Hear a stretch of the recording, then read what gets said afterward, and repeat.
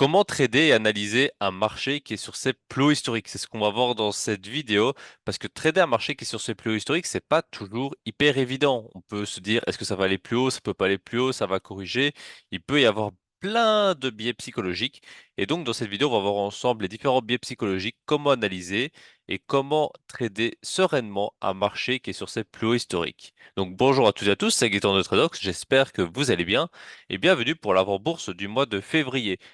Cette vidéo, on va voir ensemble le marché dans sa globalité, plus particulièrement les marchés américains, mais on va aussi faire un tour du côté des marchés européens, notamment avec le DAX, et on va aussi faire un tour au niveau de la macro, des différentes annonces qui vont être publiées les prochains jours, les prochaines semaines. Comme ça, vous aurez toutes les clés en main pour pouvoir trader sereinement durant ce mois de février. On commence tout de suite avec la partie macro. Donc, on va regarder ensemble les annonces. Ici, je suis sur Investing et j'ai mis les annonces 3 étoiles, principalement pour les marchés asiatiques, marchés européens et marchés américains. Donc, les différentes places boursières majeures que l'on peut rencontrer. Donc, lundi, nous avons un discours de Powell, président de la Fed. Donc, un discours de Powell. Il faut toujours être attentif. Ici, bon, il est à 1 heure du matin, donc normalement, ça ne devrait pas trop nous impacter. Au niveau des différentes autres annonces de lundi, on a l'ISM qui est quand même très important et le PMI. Donc une journée qui est quand même assez bien chargée pour un lundi, ça commencera quand même en force. Mardi, pas grand-chose. Mercredi, stock de pétrole brut, pas très important. C'est quelque chose qui est publié toutes les semaines et qui en général ne fait pas vraiment réagir le marché, si ce n'est que si vous tradez le crude oil peut-être. Jeudi, inscription hebdomadaire au chômage, c'est toujours très intéressant les taux de chômage. Et ensuite, vendredi, une journée qui sera, à mon avis, un peu plus lente, étant donné que c'est le nouvel an chinois, ce qui fait que les places boursières asiatiques, chinoises, Hong Kong vont être clôturées prématurément, fermées plus tôt. Ça va diminuer la volatilité. Pour la semaine d'après, on va regarder ensemble ce qu'il y a la semaine du 12 février. Toujours le nouvel an, beaucoup de journées fériées asiatiques en début de semaine. Donc un début de semaine qui risque d'être assez calme, avec une belle reprise le 13 février avec l'IPC. L'IPC, pour rappel, c'est l'inflation. Donc ça, c'est quand même toujours très intéressant à surveiller. Mercredi, nouvel an, ça va durer toute la semaine. On a quand même le PIB, les ventes au détail, et on termine avec le PP, le prix de la production. Donc ça, c'est quand même intéressant. Donc pour cette première semaine, on va principalement commencer lundi en force, puis on va diminuer au fur et à mesure de la semaine, avec un vendredi qui peut être assez calme, si ce n'est pour les traders du DAX, où il peut y avoir un peu de mouvement avec l'IPC Allemagne. Par contre, la semaine du 12 février, là, à mon avis, il va y avoir un peu de mouvement mardi, peut-être un peu de mouvement jeudi, mais ça risque d'être une semaine assez calme, bien que le marché asiatique soit sur un horaire un peu différent, c'est principalement pendant la nuit, mais il donne quand même un peu de liquidité au marché, donc on s'attend à une baisse de liquidité. On se retrouve maintenant sur les graphiques avec en premier le Dow Jones et je voulais vous faire une analyse en deux temps. C'est-à-dire que je vais commencer par vous faire une petite histoire par rapport à l'évolution des volumes sur le dos et on va voir quel impact ça va avoir au fur et à mesure de la montée du dos sur ces plus hauts historiques. Vous allez voir, c'est super intéressant et vous allez tout de suite comprendre en quoi c'est pertinent pour l'analyse. Et ensuite, on va tracer ensemble les zones sur le Dow Jones et on va voir quelques petites astuces pour pouvoir le trader sereinement les prochaines semaines malgré qu'il soit sur les plus hauts historiques. Donc on va commencer par les volumes. Les volumes ici, je les ai mis en 4 heures et on peut voir que la moyenne des volumes, si on trace une ligne dessus, voilà, en moyenne, quand il y a des pics de volume, on va chercher 53 000 volumes. On le voit bien, pic, pic, pic, c'est plus ou moins la moyenne. Et on peut se dire, quand on recule en arrière, que c'est vraiment la moyenne, que le dos, il est vraiment toujours comme ça, que c'est la moyenne des volumes. Mais en fait, ce qui se passe, c'est que quand on a une telle montée, c'est que le marché, tout le monde rentre pas en même temps. Il y a toujours les, entre guillemets, initiés, les institutions, les grosses mains, les grosses banques, les gros fonds, les BlackRock, les JP Morgan, etc., les Goldman Sachs, les hedge funds, qui vont rentrer en premier. Et plus on va avancer dans le temps, moins ces grosses institutions vont rentrer en position et plus ça va être les particuliers. Et c'est vraiment un phénomène qu'on peut vraiment observer en détail sur ce dos. Si on descend, on voit que la montée a commencé en fin octobre. Fin octobre, on a le début de la montée. Voilà, on a le début de la montée. Évidemment, personne n'a acheté le point bas, ça c'est impossible.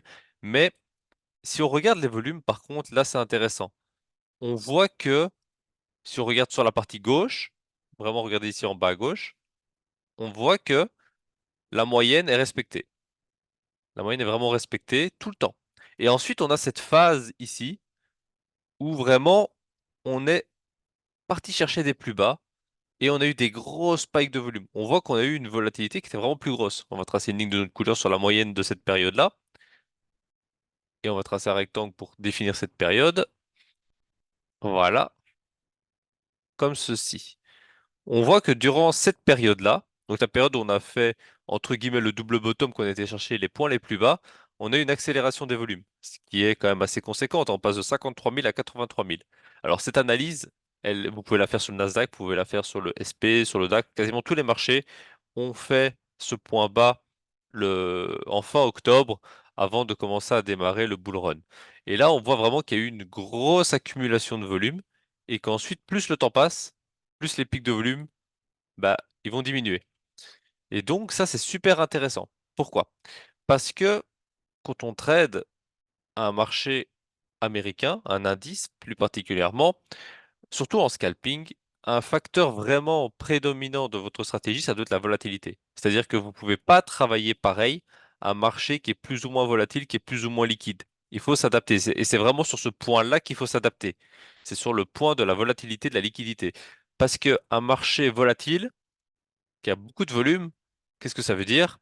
Ça veut dire que les niveaux vont être défendus. Ça veut dire qu'il va y avoir beaucoup de gens sur les supports et sur les résistances.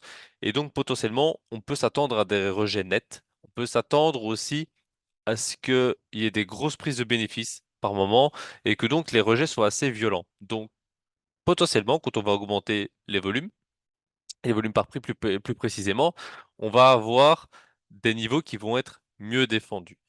Et de part et d'autre, il y a la liquidité. La liquidité, pour rappel, c'est différent de la volatilité, c'est le nombre de volumes par prix. On peut l'afficher par exemple avec un left profile ou un right profile, mais ça reste de l'après-coup. Sinon, il y a toujours le carnet d'ordre pour voir cette information. Et en fait, chaque ligne sur le marché des futurs, c'est assez facile de le voir, a des liquidités par niveau. Par exemple, 33 500, il peut y avoir deux ordres. 501, un ordre, 502, etc. Et en moyenne, sur le dos, il va y avoir 10-15 ordres par niveau.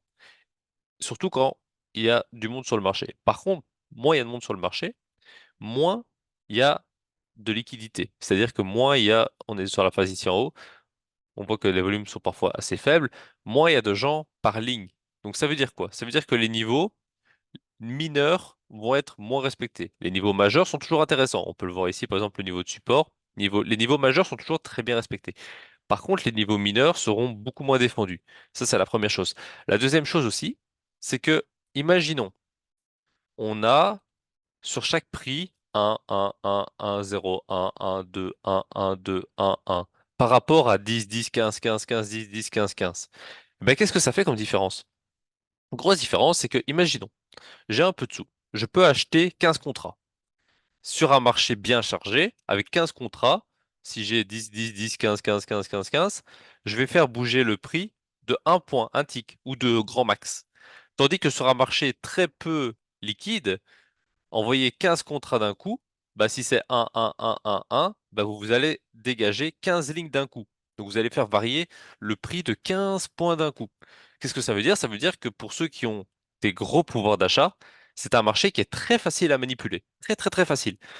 On ne parle pas évidemment de manipuler sur des centaines de points, mais le manipuler sur des dizaines de points, c'est très facile.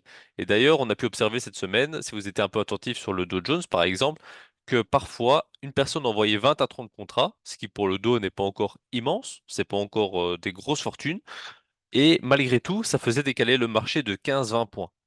Et ça, vraiment, c'est l'ennemi. Il faut vraiment se méfier. Il faut vraiment se méfier. C'est pour ça qu'il faut vraiment intégrer la liquidité à son analyse. Parce qu'à tout moment, si un mec avec 15, 20, 30 contrats peut dégager le prix, ben, il y a deux choses à faire. Soit on ne traite pas parce qu'on sait que la liquidité étant faible, on a plus de risques d'avoir un slippage, d'avoir des mauvaises conditions de trading. Soit on doit éloigner le stop. Malheureusement, on va devoir éloigner le stop. Parce que imaginons le mec, il peut bouger de 15-20 points en un tick le prix parce qu'il va envoyer un gros volume. Bah, à tout moment, le stop il se fait prendre et il sert de poche de liquidité. Donc là, on parle pas spécialement de manipulation, d'arnaque, mais l'information de la liquidité est quand même super importante pour savoir quel type de money management faire sur tel marché. Donc c'est pour ça que je voulais vous faire cette grosse parenthèse sur les volumes et ça va, j'espère, vous aider à faire une gestion du risque vraiment adaptée. C'est-à-dire que il vaut mieux se spécialiser sur un seul actif, un ou deux, et de vraiment bien le connaître. Connaître quels sont ses volumes habituels, quelle est sa liquidité habituelle, etc. Parce que tous ces éléments vont vous aider à ne pas vous faire stopper bêtement vraiment sur des excès. Par exemple, imaginons on va tracer une ligne ici. On a une résistance, résistance, résistance, ça passe, et on se dit qu'on va racheter. On va faire un rachat ici. Bah, si on met mal notre stop, il suffit qu'il y ait une petite pause de liquidité là, et on se fait dégager. Alors là, on est en H4, mais imaginons qu'on est en M5, entre les deux, il y a déjà 30 points. Et si on ne sait pas que à tout moment il peut faire un excès parce qu'il n'est pas très liquide et du coup il faut pas beaucoup de volume pour aller chercher le stop un peu plus bas, et du coup il vaut mieux se protéger un peu plus, eh bien, on va se faire piéger bêtement. Et c'est pour ça que sur un marché très liquide, on peut se permettre, notamment le SP, le SP est quasiment toujours très liquide, on peut se permettre d'avoir des stops beaucoup plus serrés parce que les niveaux sont mieux défendus et les inversions de tendance sont beaucoup plus précises. Que sur un marché moins liquide comme le dos, il vaut mieux regarder vraiment cette information au jour le jour pour savoir comment se positionner. Alors, on peut se poser la question de pourquoi travailler le dos si le SP va être plus précis et plus liquide. Tout simplement parce que le, le Do va être à 5 dollars le point, le SP va être à 50 dollars le point en mini contrat. Et donc, on peut se permettre de rentrer par exemple deux contrats sur le dos, faire un money management un peu différent, des clôtures partielles, etc. Que sur le SP, ce genre de choses, étant donné qu'il ne fait pas des mouvements très amples. Ça va être plus chargé, mais ça va être moins ample. C'est plus compliqué de faire un money management plus poussé. Donc, c'est pour ça que j'aime bien le DOS, parce qu'on peut faire une gestion vraiment sympathique. Et en plus, le dos, je le trouve très agréable à trader dans sa dynamique, donc c'est pour ça que je traite principalement le dos. Donc, on va commencer l'analyse et on va regarder ensemble quels sont les niveaux clés pour ce mois de février. Alors, je pense que si vous suivez un petit peu mes vidéos, vous savez directement quelles sont les deux premières zones que je vais tracer. Et en effet, si c'est ce que vous avez trouvé, bravo, on peut tracer une zone ici. Alors, ici, elle est très grande, la zone, on va peut-être l'affiner après, mais une pré-zone très grande ici. On va en faire une autre ici, très très très forte, parce qu'on voit qu'on a résistance devient support. Celle-là, elle est définitive. On va en tracer une autre ici, comme ceci. Voilà. Et ensuite, on va en tracer une petite dernière ici. Maintenant, on va voir un petit peu pourquoi ces zones ont été tracées. Le plus haut historique, je le trace jamais. Alors, le plus haut historique, on va faire une petite parenthèse là-dessus. C'est qu'on peut se poser la question de se dire, oui, il n'ira pas plus haut, j'accumule des ventes parce que il peut pas aller plus haut, machin. Il y a plein de théories, il y a plein de psychologie par rapport au plus haut historique. On peut se dire en premier lieu, ah, il fait que des plus hauts historiques, il va corriger. Peut-être. Ah, il fait des plus hauts historiques, plus personne va l'acheter. Peut-être. Mais, pour contrer un petit peu tout ça, il faut comprendre qu'on est sur un indice. Il faut comprendre qu'est-ce qu'on trade. On est sur un indice. Un indice, c'est quoi? C'est des actions. C'est le Dow Jones, c'est 30 actions. Le SP, c'est 500. Le Nasdaq, c'est 100. Est-ce que toutes les actions sont sur des plus hauts historiques? Pas spécialement. Et puis même, quand bien même elles seraient sur les plus hauts historiques, est-ce que ça l'empêche de faire des plus hauts? Non. Sachant que c'est une moyenne pondérée sur les indices, imaginons que sur les 30 actions qui composent le Dow Jones, il y en ait 3 sur les plus hauts historiques, 10 qui sont baissières et le reste haussières. Il suffit que le haussière tape un plus haut historique et le dos il va continuer, il n'y a pas de problème. Donc c'est pour ça que regarder uniquement le dos et se faire bloquer entre guillemets psychologiquement par le plus haut historique, ça fait pas sens. Ça fait vraiment pas de sens parce que c'est basé sur les actions. Donc si toutes les actions sont sur le plus haut historique, je peux comprendre qu'on ait un peu de retenue, de réticence, d'acheter à ce moment-là, d'investir à ce moment-là. Mais dans le cas où ce n'est pas vraiment le cas, ça n'a pas vraiment sens de bloquer ses achats par rapport à ça. Maintenant, pour ce qui est d'accumuler des ventes, je sais qu'il y a des contrariens qui vont commencer à accumuler des ventes et qui vont peut-être avoir raison à un moment donné. Parfois, on peut se dire le marché il monte, c'est rationnel, c'est pas rationnel, mais ça on s'en fout. Factuellement, il monte et il n'y a pas de validation baissière. Si on veut vendre, il faut une validation baissière. Dans mon cas, la validation baissière, ce sera ici, sous les 37 000, pas avant. Avant 37 000, même en scalp, le bouton short, il est grisé, je ne peux pas cliquer dessus. Maintenant, évidemment, vu qu'en scalp, je suis un peu plus agressif, j'aurais peut-être des signaux vendeurs avant. Mais dans tous les cas, la priorité, elle est vraiment acheteuse pour l'instant. Si maintenant ça commence à s'inverser, sous 37 000, le bouton achat deviendra un peu grisé. Déjà, s'il réintègre sous 37 800, je pourrais commencer à réfléchir à faire des ventes. Mais avant, c'est quand même compliqué. On est sur un marché qui est très, très, très, très, très haussier. Est-ce que c'est rationnel? Est-ce que c'est justifié? On s'en fout finalement. Parce que si on commence à accumuler à la vente, imaginons ici, puis ici, puis ici, à chaque point en haut, on prend une vente. Mais si le marché continue à monter encore pendant 3 mois, par exemple, un mois, 2 mois, parce que là, ça fait quand même depuis fin octobre qui fait que monter, hein. Donc ça fait déjà novembre, décembre, janvier, ça fait déjà quasiment 4 mois qui fait que monter. Est-ce que vous êtes assez liquide? Est-ce que vous avez assez d'argent? Parce que si vous shortez, shortez, shortez, shortez, shortez, shortez, au bout d'un moment, vous allez avoir une plus-value latente négative vraiment monstrueuse. Et le marché peut être irrationnel, si vous considérez qu'il est irrationnel, plus longtemps que vous ne possédez de liquidité. Je sais plus quel grand trader disait ça, mais un grand trader disait le marché peut être irrationnel plus longtemps que vous n'êtes liquide.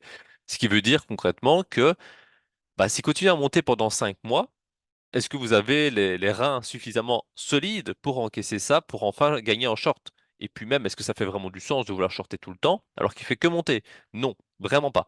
Même moi qui ai parfois, qui ai pu avoir dans le passé l'esprit contrarien, je me suis un peu guéri de cette maladie. Je dis maladie parce que au final, on se met des bâtons dans les roues. Le mieux qu'on puisse faire, c'est on suit la tendance et on se pose pas la question de pourquoi ça monte, pourquoi ça descend. Se poser la question de pourquoi ça monte, pourquoi ça descend, c'est des informations qui sont pas utiles pour du trading, pour du scalping notamment. Pour de l'investissement, ça a du sens parce qu'on va viser du long terme. Mais pour du scalping, pourquoi ça monte à l'instant T, pourquoi ça descend? Même pour du day trading, la raison de la montée ou de la descente, je vais être honnête avec vous, on s'en fout, on s'en cogne. C'est pas ça qui fait gagner de l'argent. Ce qui fait gagner de l'argent, c'est ça monte, on se positionne à l'achat, ça descend, on se positionne à la vente. Pas plus compliqué que ça. Ça fait que monter, bah, on va pas commencer à faire des ventes contrariennes, même s'il y a des bougies rouges dans le tas. On prend quand même un gros risque. On voit bien que là, depuis fin octobre, on a regardé dans le passé il y a 2 minutes, depuis cette phase haussière, depuis cette validation haussière, cette rupture notamment le 1er décembre des niveaux des 35 600, depuis ce moment de rupture-là, les probabilités de gain à l'achat étaient 30 fois supérieures à la vente. Vous achetiez n'importe où, vous gagnez. Vous vendez n'importe où, potentiellement, si vous gérez pas bien, vous faites défoncer. Donc vraiment, suivez la tendance et préparez des plans. Les plans, les plans, les plans. C'est-à-dire que là, je suis haussier. Le marché fait que monter, je suis haussier. Le marché commence à corriger et à donner des signaux vendeurs, je vais passer vendeur, il n'y a pas de problème. En fait, j'ai pas de d'intérêt personnel à vous dire on fait qu'acheter, on fait que vendre. Non, c'est vraiment si le marché est configuré sur une tendance haussière, je fais qu'acheter, s'il est configuré sur une tendance baissière, je fais que vendre. Il est configuré en range, je me permets les deux. Voilà, pas plus compliqué que ça. Vraiment, il faut trader simple, efficace, essentiel. Parce que sinon, si on se dit ouais, là, il fait un plus historique, mais ouais, l'inflation, ouais, bah, je sais pas, l'emploi, le chômage, les taux, ah oh là là là là, je vais commencer à vendre. Bah, si vous faites ça en investissement et que vous avez des arguments solides et que vous tradez sur des horizons de 2, 3, 4, 5 ans, pourquoi pas? Mais maintenant, si vous tradez sur des horizons de 1 jour, 2 jours, 3 jours, quelques minutes, ça n'a aucun sens. Parce que le marché peut encore continuer à monter avant de peut-être vous donner raison au bout de 2 mois, ou d'un mois, ou de plusieurs semaines. Peu importe. Mais vous aurez déjà un appel de marge à ce moment-là. Donc, vraiment, on s'en fout de pourquoi il monte. Est-ce que c'est rationnel ou pas? Franchement, ça, c'est des informations qui vous font perdre du temps et de l'argent. L'information, là, c'est on est haussier. N'importe quel trader pourra vous dire, là, ça monte, on achète. S'il commence à invalider, je pense notamment à passer sous les premières zones rouges et sous l'oblique, on peut tracer une oblique comme ceci, elle est une oblique très agressive, mais on voit que ça tient le prix. À ce moment-là, on pourra considérer de commencer à faire des pré-ventes très timides. Sous les 37 000, on pourra vendre plus franchement. Mais avant, franchement, je dis pas que toutes les ventes sont perdantes, bien sûr, mais on joue les probabilités. Et il y a plus de probas de gagner à l'achat qu'à la vente à l'instant T. Donc voilà pour cette grosse, grosse, grosse parenthèse. Je sais que ça peut être dur à entendre parce que beaucoup de gens veulent faire du contre-tendance, etc. Mais si vous faites du scalping ou du day trading et même du petit swing, la tendance, la tendance, la tendance. Les stratégies contre tendance ont toujours un plus bas taux de réussite. Je dis pas qu'on est perdant, forcément, mais nous, on vise les probabilités. Les probas avec nous, ça nous rend la vie plus simple. Le secret pour être rentable sur le long terme en trading sans se prendre la tête, c'est on trade la tendance, on met les probas avec nous et on fait un bon risque-reward. Si on applique juste ces trois règles-là, on peut avoir la pire stratégie du monde, on va quand même gagner. Pourquoi? Parce qu'on respecte les fondamentaux. Il faut vraiment respecter les fondamentaux, c'est super important. Donc voilà pour cette énorme parenthèse. Mais si vous êtes toujours là à ce moment de la vidéo, je pense que vous avez de bonnes probas d'être rentable sur le long terme. D'ailleurs, n'hésitez pas à vous abonner à la chaîne si vous êtes toujours là et que ce contenu vous plaît. Parce que des analyses comme ça où je donne vraiment beaucoup, beaucoup, beaucoup d'astuces, j'en fais minimum une fois par mois. Et c'est vraiment du contenu qui est gratuit, full informatif. Donc, donnez-moi de la force en commentaire, abonnez-vous, ça fait super plaisir. On reprend l'analyse. On a donc tracé les différentes zones et on a défini à quel moment le marché pouvait être baissier. Maintenant, la question qu'on se pose, c'est quand est-ce qu'on achète? Ben, dans une configuration comme ça, les achats sont très simples. Là, il est monté, il a cassé un plus haut historique, il retrace sur l'ancien, on peut acheter. Et on peut tout simplement suivre cette stratégie-là. À chaque fois qu'il fait un plus haut, il corrige, il revient, il corrige, il revient. Et on peut tracer des obliques. Ça, c'est la base. Maintenant, ce que je recommande de faire, c'est de faire une analyse en H4 pour définir les gros niveaux, les grosses zones, comme on a fait, les gros niveaux de support-résistance. Et ensuite, c'est quand vous travaillez, c'est d'être sur du plus petites UT. Si vous êtes en scalping, ça peut être du 1 minute, 5 minutes, 55 volumes, 100 volumes, 200 volumes, des ticks, etc. Si vous êtes en day trade, ça peut être du M5, du M15, du M30. En swing, ça peut être du M30, du H1. Mais de prendre les points d'entrée sur une plus petite UT. D'ailleurs, le but de cette vidéo, c'est pas de vous donner des points d'entrée, c'est juste de vous donner un sens au marché. Se dire, bah, tiens, à partir de là, on est plutôt haussier, à partir de là, on est plutôt baissier. Là, on voit qu'on est quasiment tout le temps haussier, sauf si on commence à casser les 37 700. Là, on commence à se poser des questions. Et sous les 37 000, là, on va sur un reverse de tendance. C'est vraiment le but de cette vidéo. Après, chacun sa stratégie pour ce qui est du timing d'entrée et des points d'entrée. Mais le but, c'est qu'on soit tous positionnés dans le bon sens de la tendance. Et ça, c'est vraiment l'objectif. On va maintenant passer à un autre marché. Est-ce que vous préférez le Dow? On l'a fait. On va faire le SP. On va faire le Nasdaq. On va faire le SP. Allez, parti pour le SP. On charge le SP. Et il reste des anciens tracés que j'avais fait lors de l'ancienne vidéo, qui d'ailleurs ont été très bien respectés. Vous voyez la zone ici, très bien respectée. Très très très bien respectée. L'ancienne zone ici, ça c'était de l'après-coup, donc il n'y a pas de mérite dessus. Et on peut observer aussi la prise de force fin octobre, vraiment pareil, plus historique. On est vraiment très proche du dos graphiquement parlant, hein. Je vous mets le dos et le SP côte à côte. Je pense que sans le prix, c'est dur de dire lequel est lequel. Donc c'est pour ça que l'analyse est relativement la même, avec peut-être un peu plus de force du côté du SP, parce que si on trace le dos, on a fait cette zone-là, on a une accumulation, on a fait cette zone, il a retracé dessus, il est reparti. Ici, il a fait un écart entre les deux. D'ailleurs, très intéressant, quand il fait un gap sup, moi j'appelle ça comme ça. C'est en gros, il a un niveau très bien défini, il accélère et il résiste entre les deux. Et donc, là, on a une zone vide. C'est-à-dire une zone sur laquelle il n'y a pas eu de bougie, il y a juste eu la prise d'impulsion. En général, quand on commence à réintégrer, très grande chance qu'on aille combler.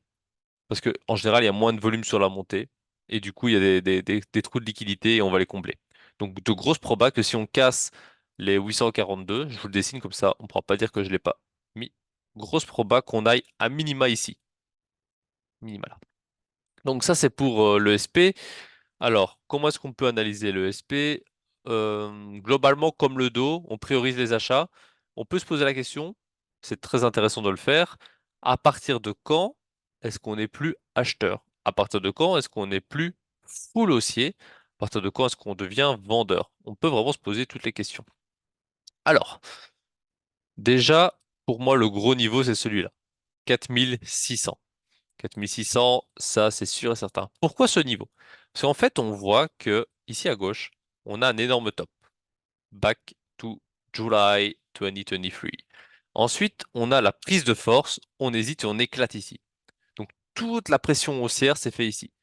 Donc pour moi, quand on cassera cette zone, il faudra chercher plutôt des ventes. Attention à un piège cependant, que je vais vous partager, qui est cette zone. Pourquoi cette zone?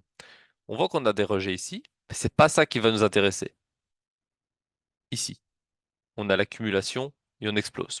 Ça veut dire quoi? Ça veut dire qu'ici, il y a beaucoup de gens qui ont acheté. Beaucoup de gens. Beaucoup de gens. Donc il y a ceux qui ont acheté en bas et les retardataires ont acheté ici. Ça veut dire que s'ils sont pas clôturés, ça c'est vraiment un grossi et on peut pas le savoir. Si ces gens-là n'ont pas clôturé, quand on va revenir, ils vont défendre. Ils vont pas laisser le pattern que j'ai dessiné se produire.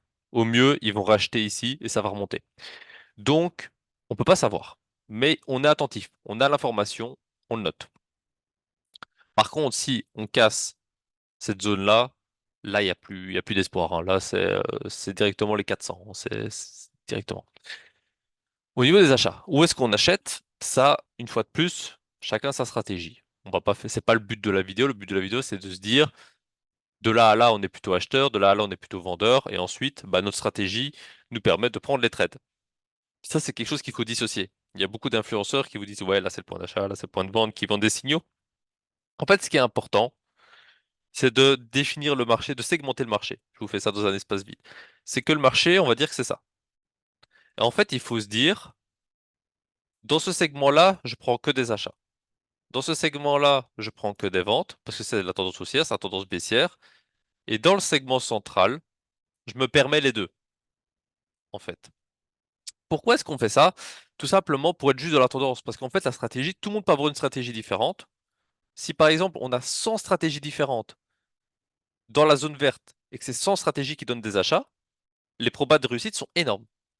Par contre, si c'est 100 stratégies vendeuses, les probas sont plus faibles. Là, j'ai pas dessiné un range, attention, j'ai juste dessiné comment est-ce qu'on borne le marché. Et maintenant, on va faire ça sur le graphique directement. Là, on a rouge. Ça veut dire que là-dedans, on va pas acheter. On va pas acheter. On va faire, on va prioriser les ventes. Et si on est là en dessous, on va faire que vendre. Donc, ça veut dire que là, on pourrait l'étendre. On va dire, hop, voilà. Là, on passe vendeur. La zone verte, la zone acheteuse, on va la faire comme ça. Pourquoi? Parce qu'on voit qu'on a l'accumulation ici, on explose, potentiellement on a un gros niveau de support à 850, on a un gros support à 804, donc là-dedans, on a des énormes probas de gagner à l'achat. Et ensuite, on fait la zone neutre, ici au milieu. La zone neutre, ça veut dire que s'il y a des ventes de qualité, on les prend, s'il y a des achats de qualité, on les prend, il n'y a pas de prise de force définie. Et savoir faire ce travail-là, ça nous permet juste, tout simplement, quand on trade, d'avoir le bon bouton disponible. Le bouton vert, le bouton rouge, les deux boutons sont disponibles. Et si juste vous faites ce travail-là, vous autorisez uniquement à cliquer sur le bouton de la zone où vous êtes, c'est-à-dire le bouton vert, le bouton rouge ou les deux boutons, juste en faisant ça, vous allez augmenter de 5 à 10% vos probas de réussite. En day trading ou en scalping. Ça, j'en suis sûr et certain. Vous allez gagner 5 à 10% de trades gagnants juste en faisant ça. Et j'ai pas fait de la sorcellerie, hein. Si vous n'êtes pas à l'aise de savoir à quel endroit vous le faites, vous pouvez le faire plus strict. C'est-à-dire se dire de là, je suis sûr que c'est plutôt haussier. De là à là, je suis pas sûr, du coup, je me permets les deux. Et rien n'empêche d'avoir une zone grise. Alors, une zone grise, c'est une zone de no trade. Ça, je le pratique aussi. C'est, imaginons que je trace cette zone grise, ça veut dire que je peux pas cliquer.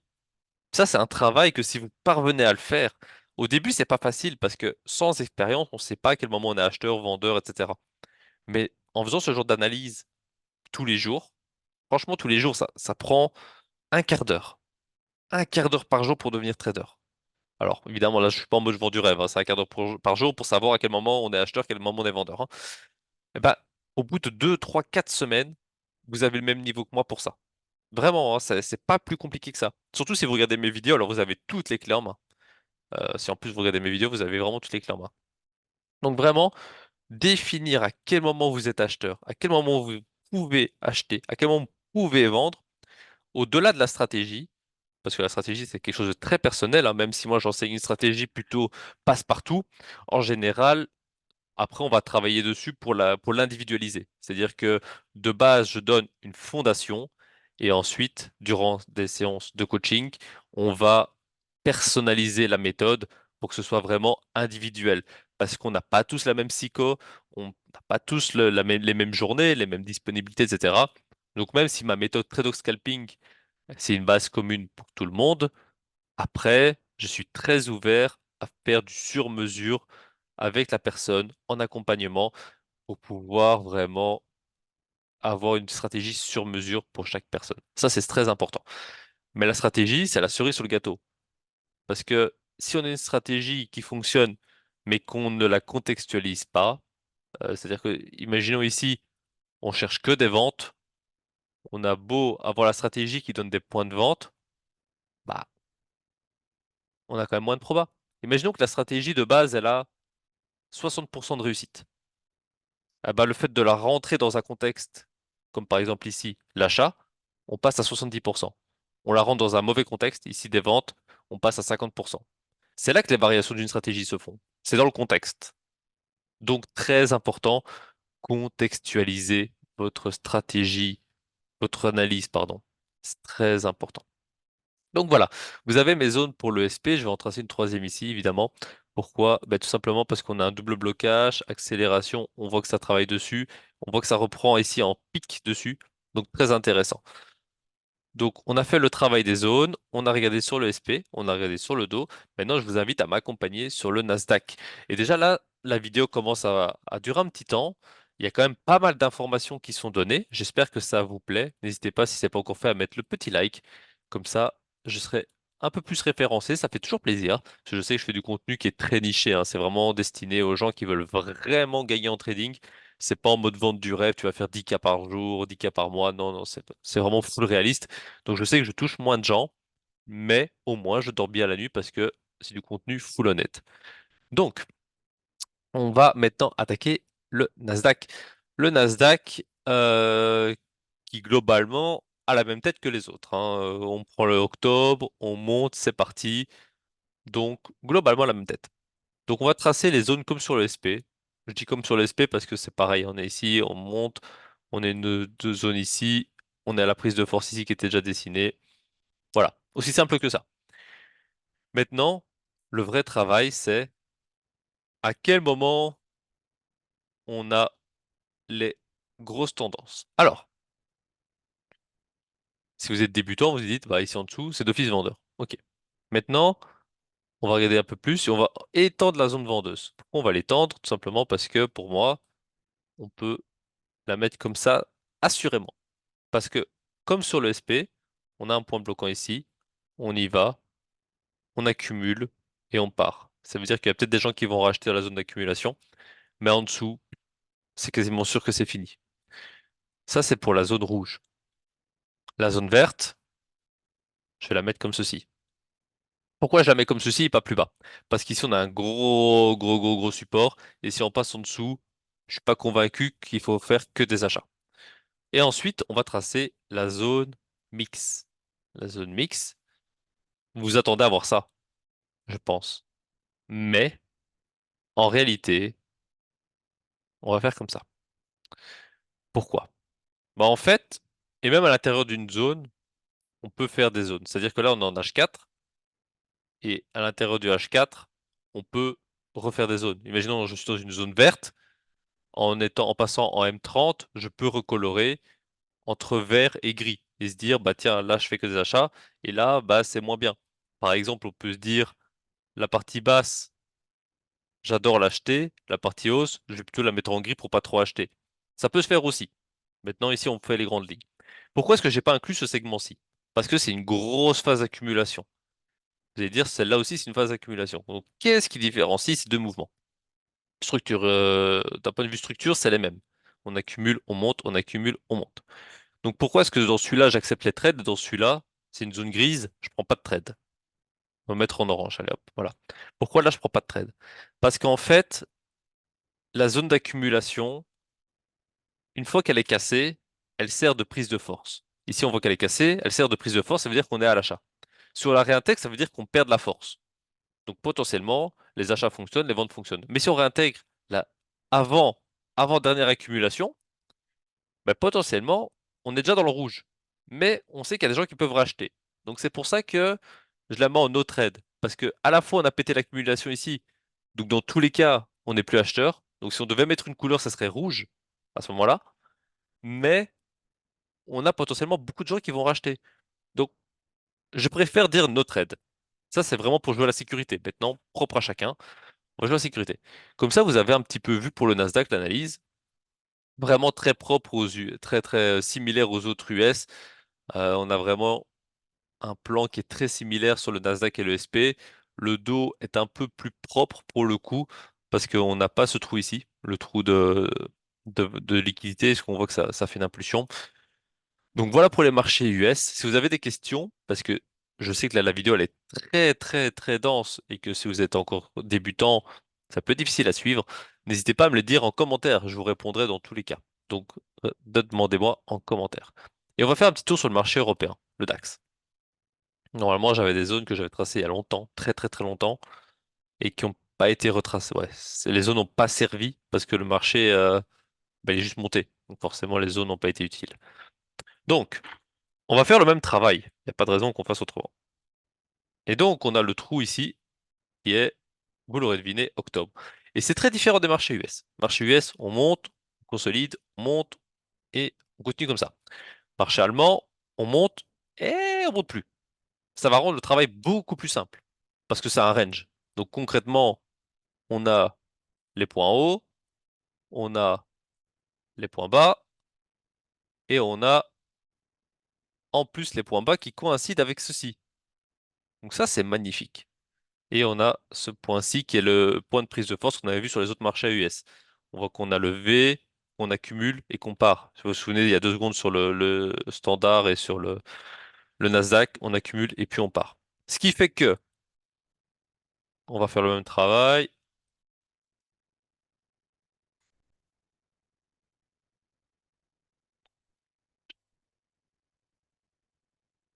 et voilà. Donc pourquoi est-ce que je fais comme ça? Pourquoi est-ce que je mets déjà la zone actuelle en bleu et pas en achat? Tout simplement parce qu'on est dans un range depuis plus de 2 mois et demi. Donc, le fait qu'il range depuis 2 mois et demi, il n'y a pas de certitude que ça monte, il n'y a pas de certitude que ça descend. Donc ça, c'est un marché où j'appelle la prudence. En général, ce type de marché, il n'y a pas de sens prioritaire, même si globalement, c'est plutôt haussier. Le fait qu'il range aussi longtemps, personnellement, je préfère ne pas prendre priorité à l'achat et de dire je peux faire les deux. La priorité à la vente ici en dessous, je pense que vous avez tous compris pourquoi. La zone neutre, vous avez compris pourquoi. C'est la même que sur le Nasdaq. Et la zone d'achat, bah, s'il continue sa tendance, là oui, il n'y a pas de problème. Et la zone actuelle, zone d'achat ou de vente. Et on a juste tracé le range. C'est largement suffisant pour connaître un petit peu le contexte du marché. Maintenant, je veux juste faire un petit aparté pour terminer la vidéo et vous dire que bah déjà, merci d'avoir regardé la vidéo jusqu'ici. Si vous êtes encore présent, franchement, vous êtes des boss. Et quand je trace une zone, comme ça, dire là, à partir de là, c'est vendeur, par exemple. J'avais mis un peu plus bas, mais bon, soit. Ça ne veut pas dire que quand on rentre dedans, il faut cliquer comme un sauvage, hein. C'est vraiment, à partir de là, on priorise les ventes si notre stratégie nous en donne une. C'est-à-dire que si notre stratégie nous donne un achat dans une zone rouge, soit on va pas le prendre, soit on va être extrêmement prudent. C'est-à-dire qu'on va diminuer le risque, on va diminuer la taille de lot. Et si notre stratégie nous donne une vente dans une zone rouge, à ce moment-là, on peut être un peu plus tranquille. C'est exactement à ça que ça sert, à avoir une gestion du risque adaptée au contexte et à la stratégie. Quand vous mettez tous ces éléments bout à bout, eh bien vous êtes rentable, tout simplement. Faut pas chercher de midi à 14 heures. Si vous faites un trading simple, mais efficace et structuré, très important qu'il soit structuré. On parle toujours de discipline, qu'il faut agir comme un robot et tout. Oui, bah on reste humain après, donc voilà, c'est très simple. On se lève, on va devant le graphique, ou bien alors on va travailler et puis au soir on va devant le graphique, peu importe. Étape 1, on fait une analyse, on sait si on doit plutôt acheter, qu'on doit plutôt vendre, qu'on peut faire les deux. Étape 2, on attend que notre stratégie nous donne une entrée en adéquation avec notre plan. Étape 3, on gère notre trade. Et oui, il y a une grosse phase de patience. Et c'est là la difficulté d'un trader, c'est la patience. C'est même pas une difficulté, c'est juste qu'on veut toujours être actif, on veut toujours cliquer, cliquer. Ah! Mais en fait, non, faut être patient. C'est-à-dire que si par exemple je vous dis, ici on a une vente, si la vente il me la donne aujourd'hui, il me la donne dans 2 minutes, il me la donne dans 3 jours, bah c'est pas parce qu'il fait quelque chose d'autre que je dois cliquer. C'est là que j'ai le plus de probas, c'est là que je vais cliquer.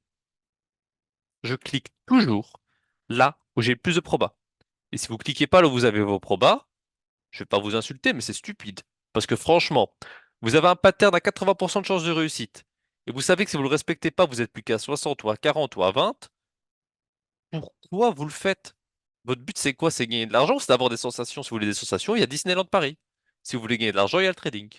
Donc vraiment, trader avec des émotions, c'est possible. Parce que bah, on est humain, donc forcément, on a des émotions au fond de nous. Mais la patience, par contre, c'est indéniable. Il n'y a pas moyen de faire sans. Si vous n'êtes pas patient, si vous ne savez pas attendre le pattern et que vous n'arrivez pas à travailler sur ce point-là, il y a moyen de travailler sur la patience, bien sûr, hein, en pratiquant des arts martiaux, en pratiquant du sport, etc. Il y a moyen d'apprendre à se contrôler. Mais si vous n'arrivez pas à travailler votre patience, arrêtez le trading. Je dis pas d'arrêter la bourse, hein, vous pouvez toujours faire de l'investissement, des stratégies qui ne demandent pas de patience et qui ne demandent pas moins de timing. Mais si vous ne savez pas attendre quelque chose que vous avez préparé, ne tradez pas. Tout simplement, parce que vous allez juste perdre de l'argent. Et mon but, c'est pas que vous perdiez de l'argent. Très loin de là. Donc voilà pour cette vidéo. J'espère que cette analyse vous a plu. Je sais que c'était un peu long. En tout cas, j'espère que vous êtes toujours présent à la fin de la vidéo. Les vrais sont toujours là à la fin de la vidéo, évidemment. Donc, n'hésitez pas à me donner votre avis en commentaire. Je prends bonne note pour progresser dans la qualité de mes vidéos. Et je vous souhaite à toutes et à tous d'excellents trades pour ces prochaines semaines à venir. Et moi, je vous publie la semaine prochaine la suite de la vidéo sur la gestion du risque. D'ailleurs, si vous ne l'avez pas encore vu, la vidéo sur le money management, n'hésitez pas à aller la visionner. C'est quand même une pépite. Donc voilà, je vais m'arrêter ici pour cette vidéo. Je vous souhaite à toutes et à tous d'excellents trades et à la prochaine.